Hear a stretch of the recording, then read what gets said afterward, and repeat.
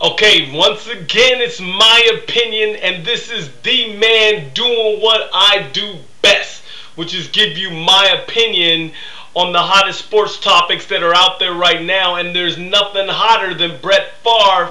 Now, I'm going to tell you something. I was the first one to jump on this and tell you guys that what's going on with Brett Favre is just not right. The way he's going about doing what he's doing, just not right.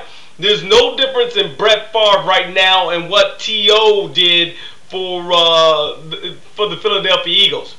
It's wrong. And you're being very selfish right here in coming back. Now, I'm like this. I truly believe that Brett Favre and his agent knew exactly what they were trying to get accomplished when he retired the first time. He's saying, Brett Favre, when I say he's saying that he was pushed out by Green Bay.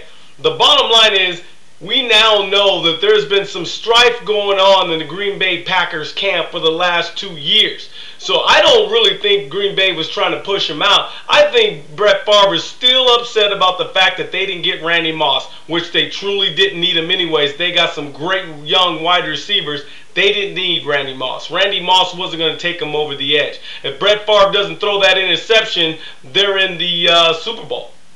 Bottom line. So that was without Randy Moss. So I believe truly that Brett Favre and his agent knew exactly what he was doing. They knew exactly how to get Green Bay into a checkmate or back them in a corner so he could get what he truly wants. And what he truly wants is to be released so he can pick and choose where he wants to go. A lot of folks are saying he could go to Minnesota. A lot of folks are saying he can go to Chicago. Bottom line, Brett Favre is not going to pick some place where he cannot be competitive and where he doesn't have an opportunity to win a Super Bowl, and he really shouldn't. You know, I don't think he should be stupid and go to Tampa Bay. Tampa Bay is not ready to go to Super Bowl. They're not going. So the bottom line is they had an opportunity to put Green Bay, so they thought, into checkmate. That's the reason why when he retired a couple days later, what happened? They were talking about his agent going behind the back of the team, and there was rumors stating that they were out there asking other GMs, what do you think of Brett Favre if he comes back? Are you interested? Are you a player if he comes back? That's against the rules. I gave everybody my take on that. I think what they should do is come out with a new rule and call it the Brett Favre rule. Once you say you retired, once you filed the proper paperwork, once you go through, sit down and get in front of the cameras and say, hey, listen, I'm done. I can't do it anymore. And you fill out your paperwork, in order to come back, you should have to sit out 1 year. 1 year. And then you can come back and do whatever you want to do. You can change your mind, but understand you have to sit out 1 year. See, now that protects the Green Bay Packers because the Packers did everything the right way. Everything the right way.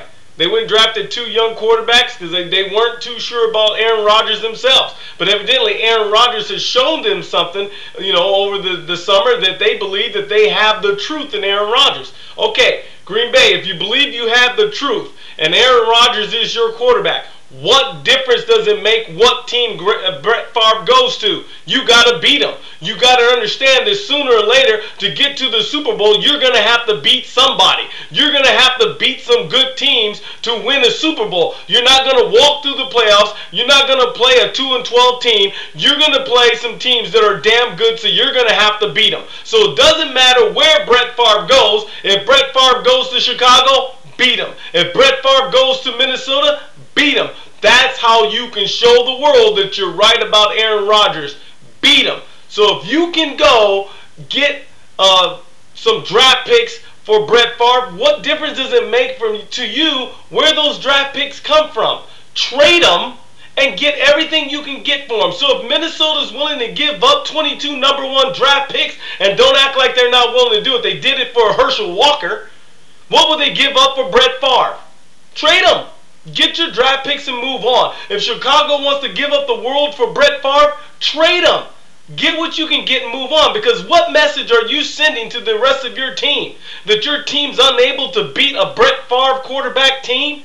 That if Chicago had Brett Favre, your team's not good enough to beat them? If Minnesota had Brett Favre, your team's not good enough to beat them?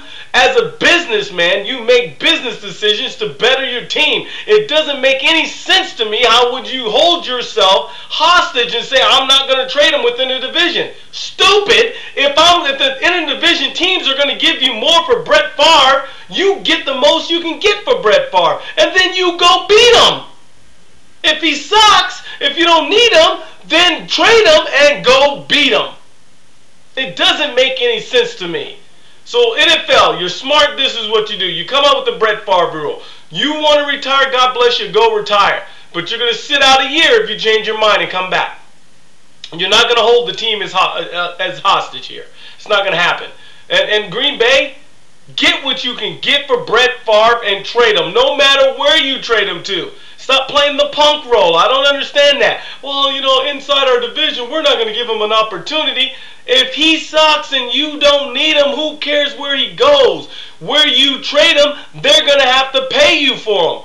Now, if you're just going to give him away, that makes no sense. But if you're going to trade him, get everything you can get out of Minnesota.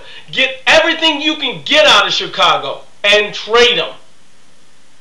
Trade him and then go beat him.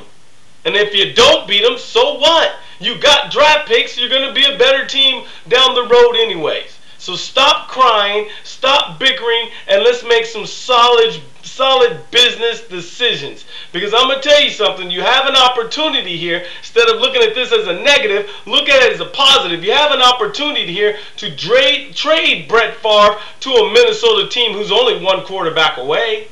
What would they be willing to give up? To the Chicago Bears? What would they be willing to give up? Now, in the long run, you're hurting those teams in the long run because they have to mortgage everything right now to win now. Because they're giving up everything else later. Look how it worked out for Dallas. Green Bay, wake up and stop eating all that hot cheese. That's my opinion.